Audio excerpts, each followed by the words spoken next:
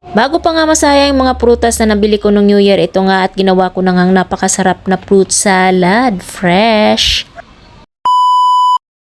Bago ang lahat, balatan muna natin yung mga prutas na kakailanganin natin at lahat yan gagamitin na natin para walang masayang at napakamahal pa naman ang bili natin ito. So yung iba nga po pala ay nabalatan ko na at nahiwa ko na. So ito na nga lang ang kiwi at yung ating persimmon ang ating ilalagay. At di ko na nga lang na-videohan yung ibang fruits na kakailanganan natin na mga tira-tira ng New Year at nabalatan ko na at nahiwa ko na rin into cubes. So bali meron tayo dyan watermelon, melon, honeydew, mango, and of course, ang ating apples and kiwi, persimmon. Basta lahat guys na natira na hindi nakain. At habang hindi pa nabubulok ay agapan na natin at napakasayang at bawal magsayang for today's video. Maraming paraan para may-save natin ang mga prutas na hindi na kain at hindi na ubos. So for me, ay gagawin ko siyang real fruit salad. O diba? Real talaga. Para maiba naman ka ako at tamang-tama nga ito sa mainit na panahon tulad ngayon. O diba sa kulay pa lang o parang Pasko nga ulit at napaka-colorful nga ng ating fruit salad. Ang ganda ng kulay. Sa kulay pa nga lang talagang alam mong makaka-refresh na at talagang tamang-tama sa mainit na panahon.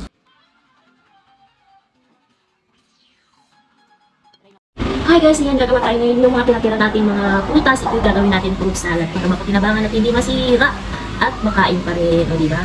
Tapos ng Pasko pero makulay pa rin yung fruit salad natin kasi para hindi masira yung mga prutas, ayan ginawa ko at nahiwa na siya ng maliliit. Ayan. I-mix na natin sa ating condensed at saka sa ating all-purpose cream para pasarapin natin lalo.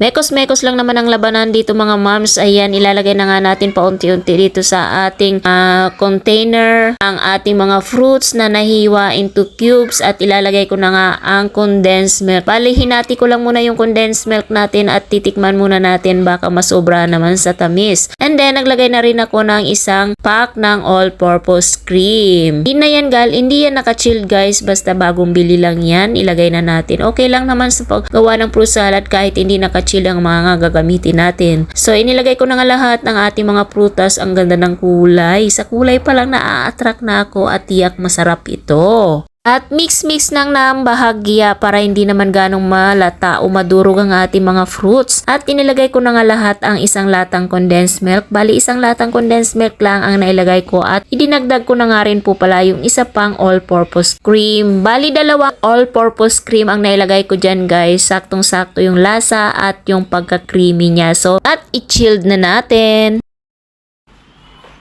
Natin sa red. Oh, space.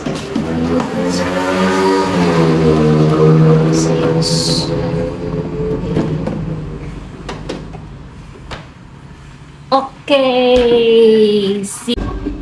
Kunin na natin din souvenir natin dito. Ang fruit salad. Yummy.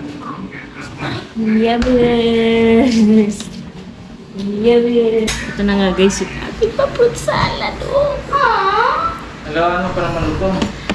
Halo, ano mo agayatin ito? Ha? Wow. Haluin muna natin. Refreshing. Refreshing to. Fruit salad. Unang ano sa inyo.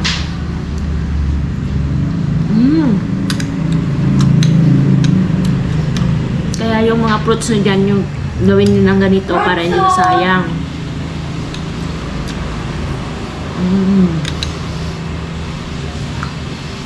Refreshing.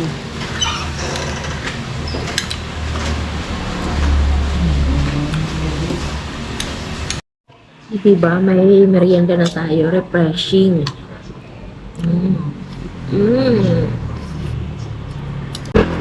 Fresh na fresh fruits.